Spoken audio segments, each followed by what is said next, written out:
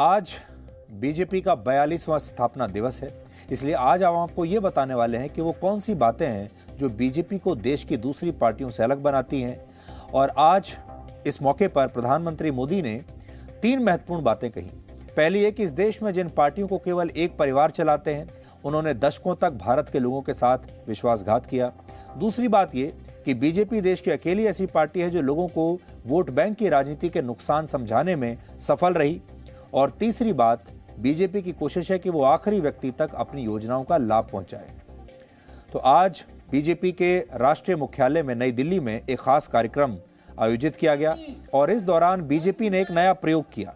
उन्होंने 13 देशों के राजनयिकों को भी अपने इस कार्यक्रम में आज आमंत्रित किया और France, Italy, Switzerland, Poland, Singapore और बांग्लादेश जैसे देशों के जो राजदूत हैं और डिप्लोमेट्स हैं, आज वो खास तौर पर बीजेपी के ऑफिस, बीजेपी के मुख्यालय गए और उन्होंने बीजेपी की विचारधारा को बहुत करीब से समझा।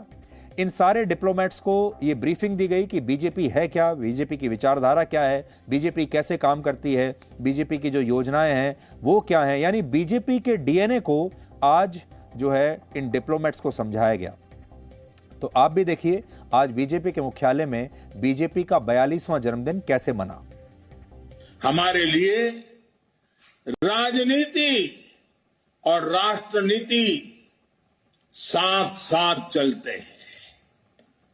हम राष्ट्रनीति से राजनीति को अलग कर करके चलने वाले लोग नहीं हैं, लेकिन ये भी सच्चाई है कि अभी भी देश में 2 तरह की राजनीति चल रही है। एक राजनीति है परिवार भक्ति की और दूसरी है राष्ट्र भक्ति की। केंद्रीय स्तर पर अलग अलग राज्यों में हमारे यहां कुछ राजनीतिक दल है जो सिर्फ और सिर्फ अपने अपने परिवार के हितों के लिए काम करते हैं। परिवारवादी सरकारों में परिवार के सदस्यों का स्थानीय निकाय से लेकर संसद तक में दबदबा रहता है। ये लोग भले ही अलग अलग राज्यों में हो, लेकिन परिवारवाद के तार से जुड़े रहते हैं। और आज हमें गर्व होना चाहिए कि आज भाजपा ही इकलौती पार्टी है जो इस चुनौती से देश को सजग कर रही है, सतर्क कर रही है। 6 अप्रैल 1980 को पूर्व प्रधानमंत्री अटल बिहारी वाजपेयी और लाल कृष्ण आडवाणी ने भारतीय जनता पार्टी का गठन किया था। हालांकि बीजेपी एक विचारधारा के रूप में वर्ष 1951 में ही अस्तित्व में आ गई थी और उस समय राष्ट्रवाद की विचारधारा पर श्यामा प्रसाद मुखर्जी ने भारतीय जनसंघ की स्थापना की थी।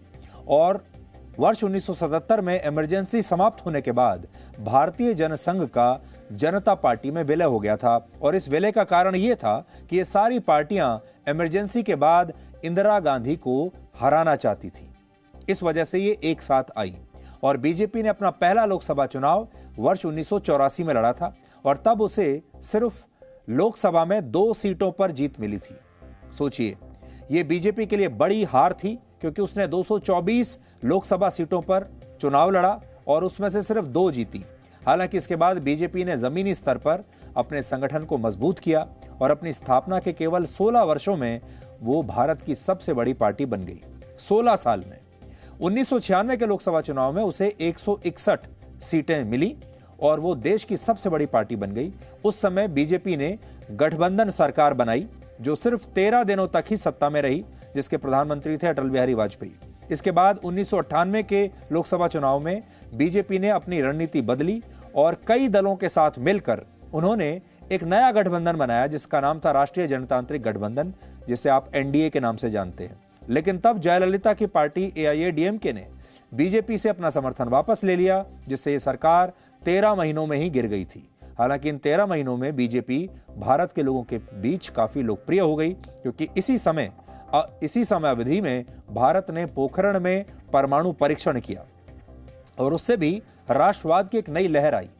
1999 में जब फिर से लोकसभा चुनाव हुए तब बीजेपी ने 183 सीटें जीती और ये सरकार आजाद भारत के इतिहास में अपना 5 साल का कार्यकाल पूरा करने वाली पहली गैर कांग्रेसी सरकार बनी। ये वही दौर था जब भारत ने कारगिल में पाकिस्तान के खिलाफ युद्ध लड़ा और इस युद्ध में विजय भी हासिल की। और इस दौर में बीजेपी के पास अटल बिहारी वाजपेयी और लाल कृष्ण आडवाणी जैसे बड़े नेता थे। लेकिन फिर 2014 के लोकसभा चुनाव में नरेंद्र मोदी देश के प्रधानमंत्री बने और इन चुनावों में बीजेपी को 282 सीटें मिली थी और बीजेपी को उसके इतिहास में पहली बार बहुमत हासिल हुआ। और इसके बाद 2019 के लोकसभा चुनाव में बीजेपी ने उससे भी ज्यादा 303 सीटें जीती और एक नया रिकॉर्ड बना दिया। 42 वर्षों में बीजेपी का कैसे कैसे विस्तार हुआ इसे आप आंकड़ों से समझ सकते हैं। 1981 में बीजेपी के पास पूरे देश में सिर्फ 148 विधायक थे। आज बीजेपी के 1296 विधायक हैं। उस 1984 में बीजेपी के पास 2 सांसद थे, आज 303 सांसद हैं। 84 के लोकसभा चुनाव में बीजेपी को 1,89,00,000 वोट मिले थे। 2019 के लोकसभा चुनाव में उसे 22,89,00,000 वोट मिले। आज बीजेपी दुनिया की सबसे बड़ी पार्टी बन चुकी है और बीजेपी के पास 17 करोड़ से ज्यादा कार्यकर्ता हैं, जबकि चीन की कम्युनिस्ट पार्टी के पास 9 करोड़ 14 लाख कार्यकर्ता हैं।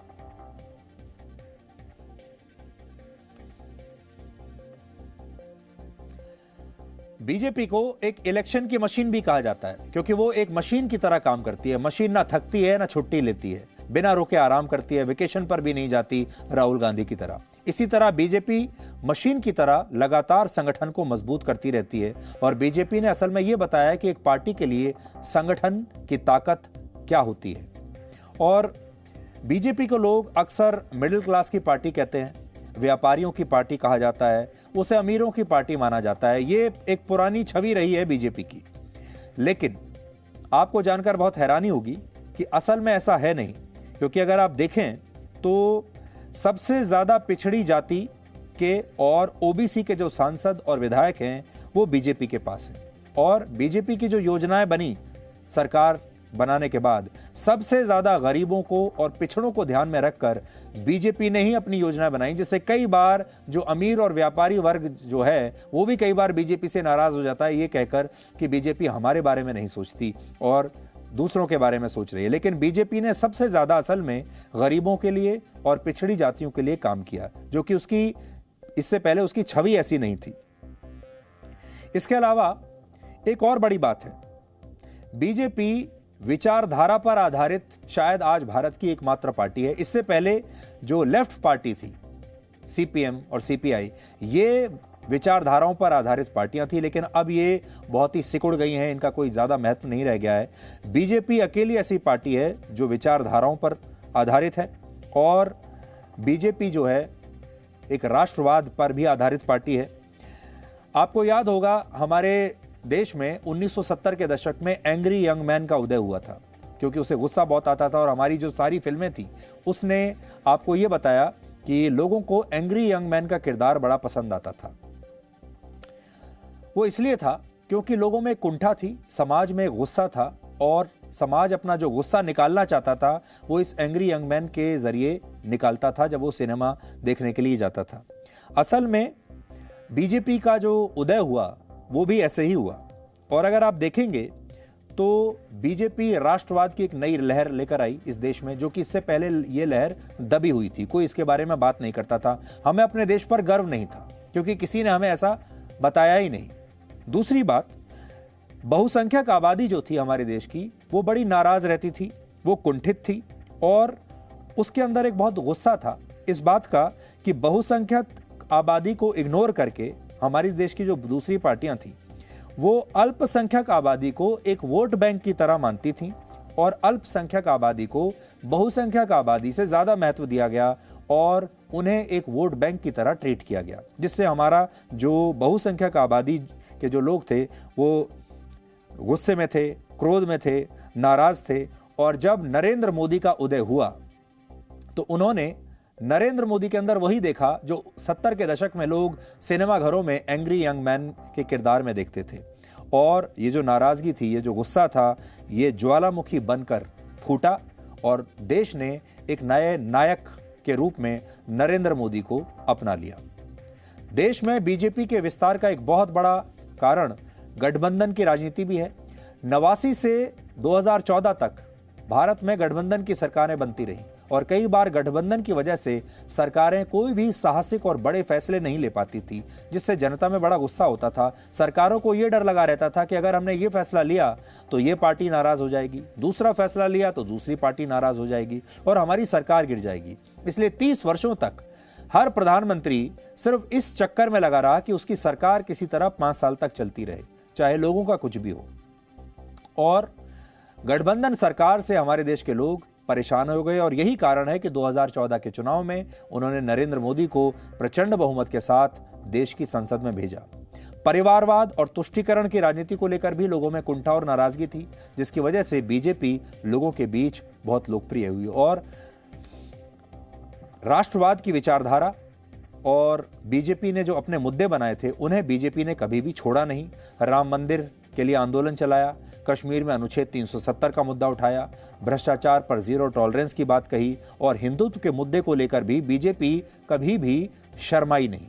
इसलिए बीजेपी आज एक अलग पार्टी के रूप में दिखाई देती है। चाहे लोगों को, बहुत सारे लोग हैं जिन्हें बीजेपी पसंद नहीं है, जो आज भी बीजेपी के को लेकर थोड़े से असहज हो जाते हैं, लेकिन उन्हें यह समझना होगा कि बीजेपी कैसे बाकी पार्टियों से अलग है और बीजेपी ने जो पुराने तौर तरीके थे राजनीति के, पुराने जो रूढ़िवादी तरीके थे, उन सब को तोड़कर एक नया रास्ता बनाया है भारत की राजनीति के लिए। Presenting B News app available on Google Play and App Store. Download it now.